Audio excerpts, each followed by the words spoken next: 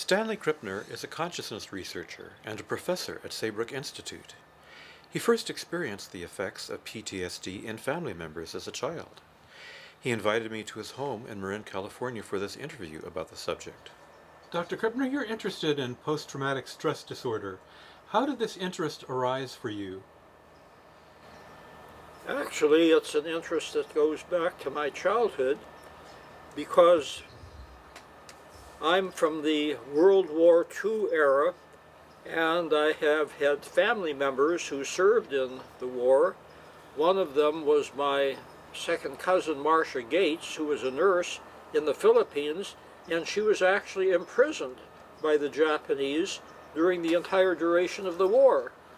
When she came back from the war, she was changed. She is a young woman who I remembered as being very effervescent, even flamboyant, very cheerful.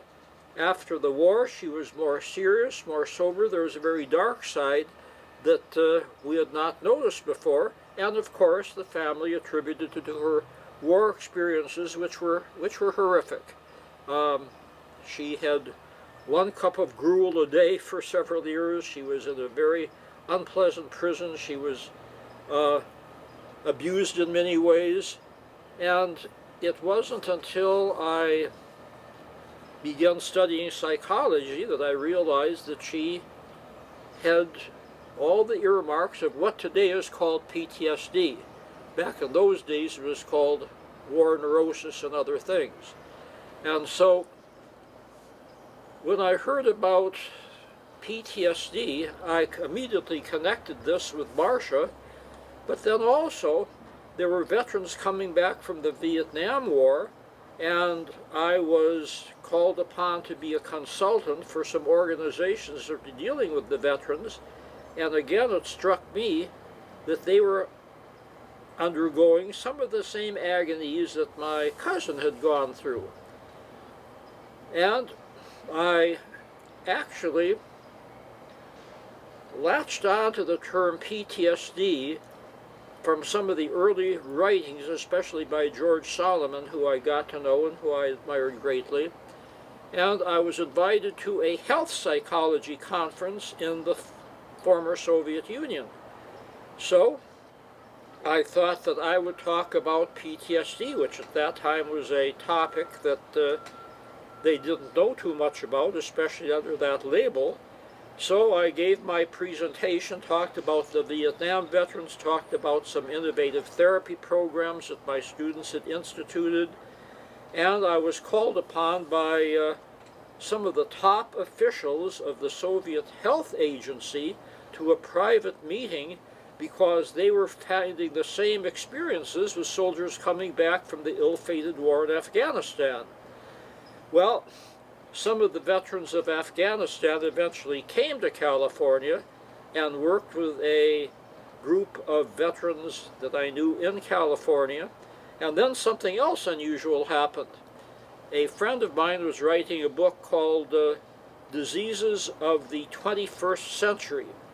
And he wanted me to write something. I said, well, I'm not a psychotherapist, but my suggestion is that I write something on PTSD. And, oh, we never thought of that.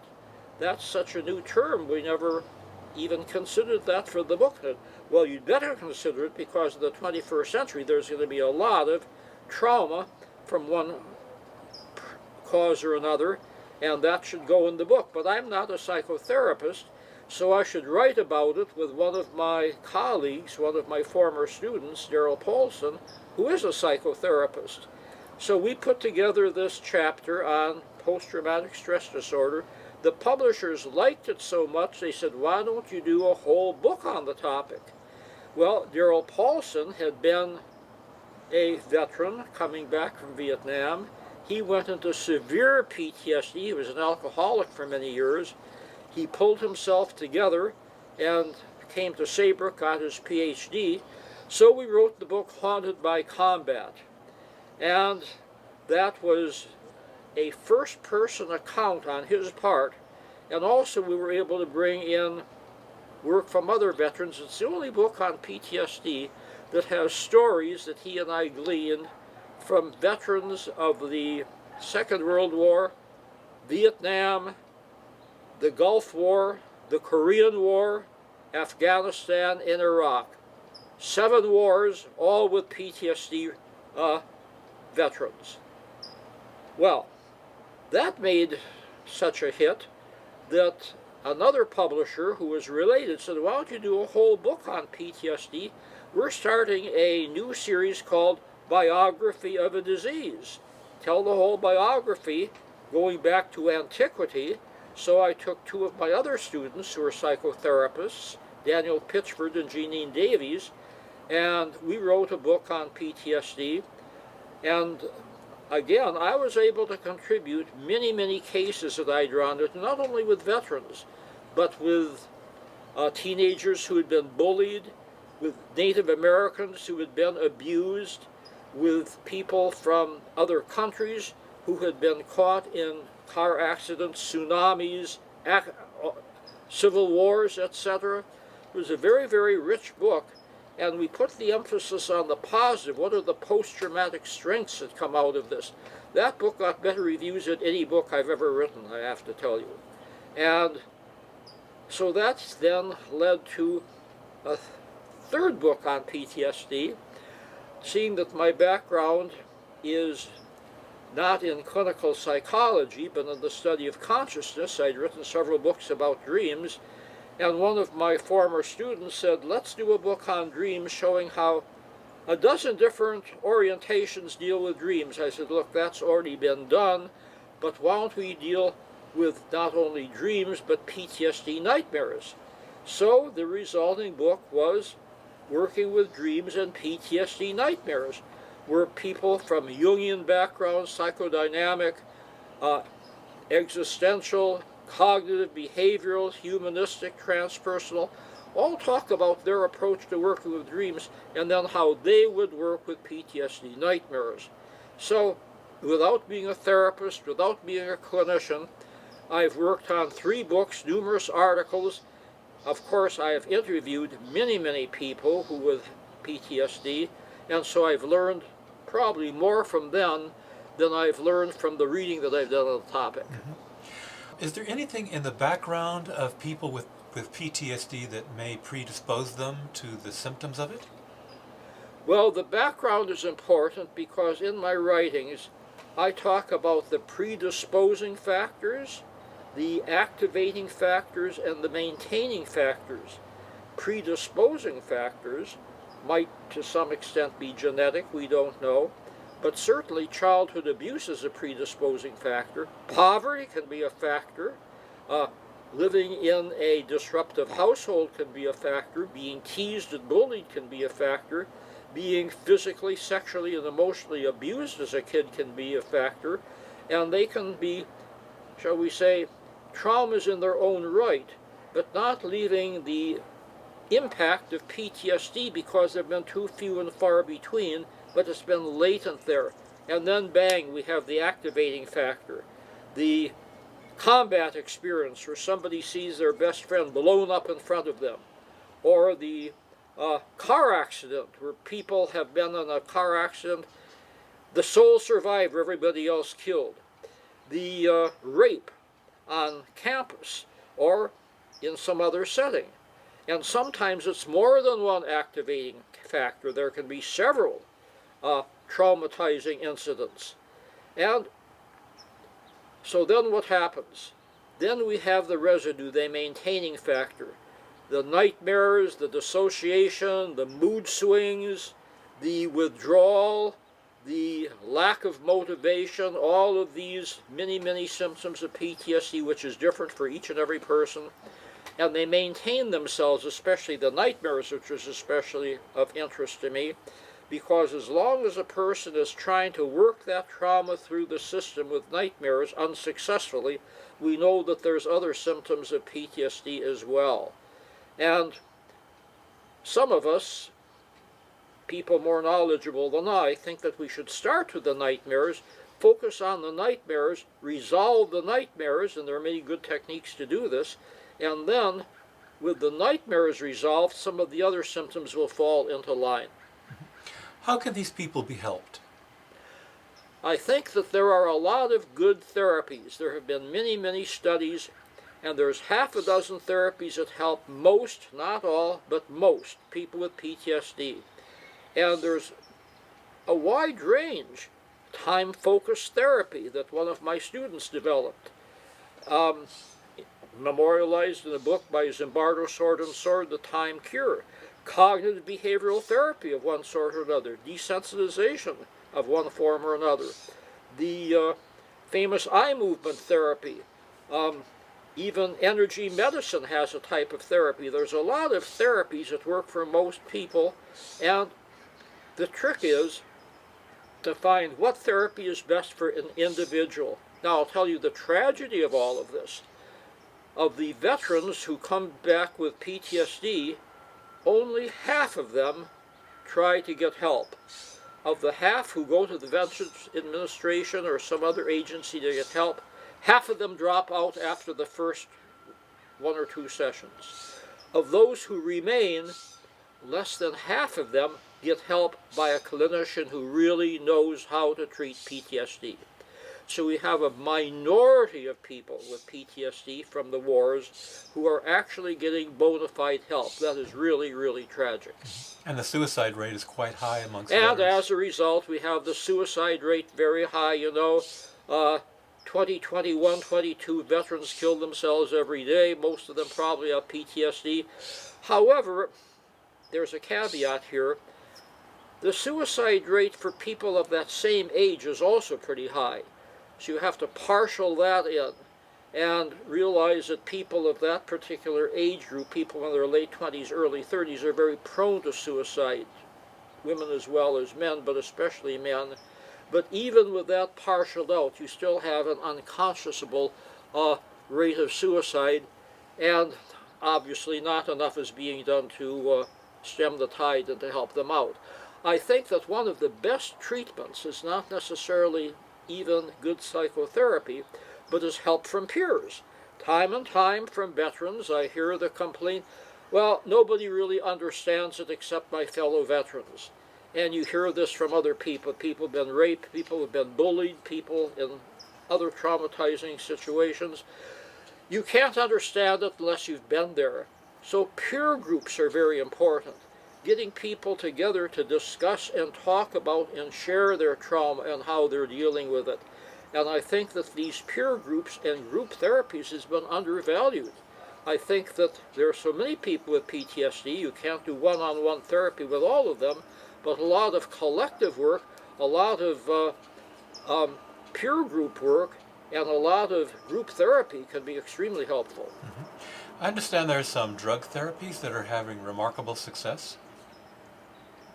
You understand? That there are some drug therapies, some chemical therapies that are new that have had some success with PTSD? Absolutely. You have to consider when medication is helpful and when it's not helpful.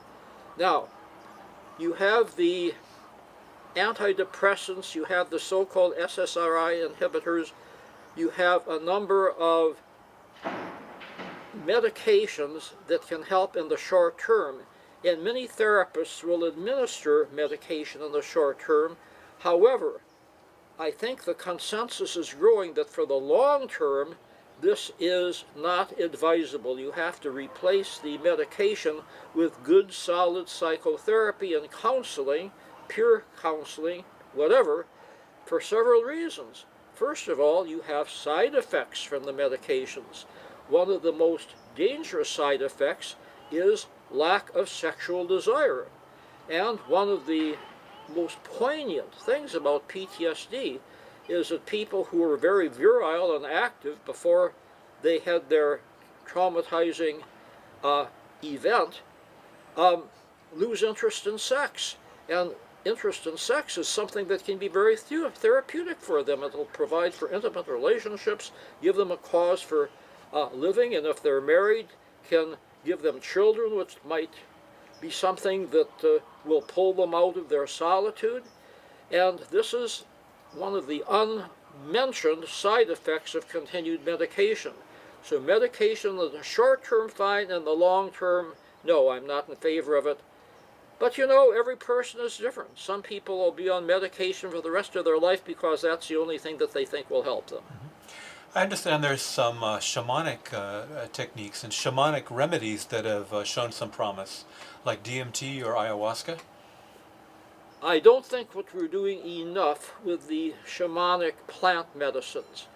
There are a handful of people in the United States today who are getting legitimate help with MDMA in very, very careful programs. I have some therapist friends who are working with PTSD veterans and other PTSD survivors using MDMA, often called ecstasy, getting very positive results.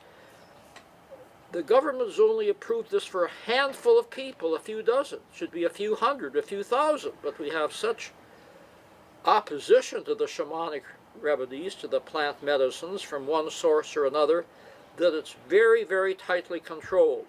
To use the mainstream pharmaceutical medications, good heavens, those are prescribed by the hundreds of thousands. But to give help with the plant medicines, that's difficult in our society.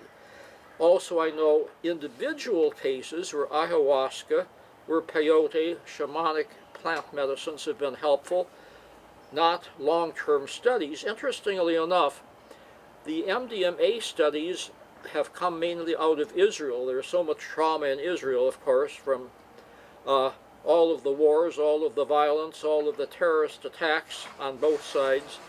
But they are very adventurous, much more adventurous in their psychotherapy in the United States, and some good solid studies have come out showing the effectiveness there. But you're talking about shamanism. I do know of some native communities who have pulled their shamans in and who have done sweat lodge ceremonies, who have done dream work, who have done different types of shamanic rituals to help returning veterans with PTSD.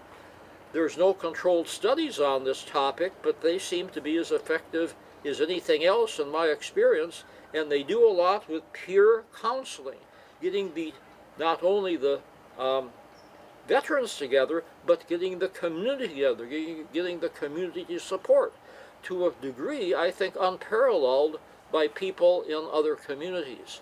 So don't put down what the shamans are doing or what the shamans could do. They're onto something that can be very helpful. And they've dealt with PTSD under different names, of course, for many, many millennia, because earthquakes can produce PTSD, attacks by wild animals, tribal warfares. Sure, PTSD has been around a long time, but under different names. Yeah. Dr. Krippner, any closing remarks about your work with PTSD? Pardon me? Any closing remarks about your work with PTSD? Well, I think that it's remarkable that I'm called upon so often to give advice on PTSD, seeing I'm not a clinician, I don't have clients, I don't have patients. And I think that the insight that I have has been gleaned not only from the reading that I've done, which is considerable, and the writing that I've done, which is surprisingly considerable, the fact that I've been asked so often, but the experience that I have had, first of all, with my cousin, and then later with the Vietnam War veterans, and then also people come to me because they want advice on how to deal with sexual molestation or rape or bullying. And I've talked with a number of young people on this topic, and also people who have been molested because of their sexual orientation. And I just say, listen to Lady Gaga, Born That Way. She has saved probably thousands of lives. And the spin-off group from Lady Gaga, It Gets Better, has saved more, tens of thousands of lives of young people who have been traumatized because of their sexual orientation. So you take a look at all of the different ways that I've interacted with PTSD folks, and of course this is the tip of the iceberg. I have to give real credit to the people in the trenches, the therapists who work day after day and stick with it. Some therapists actually say, I cannot take this anymore. They'll even tell their clients, don't tell me about another mangled body. I'm getting PTSD myself just by listening to you. No, the therapists have to have special training. They have to be empathic. They can never understand 100% what it's like, but at least they can listen, they can empathize, and they can provide useful treatment. Dr. Krippner, thank you so much. You're welcome.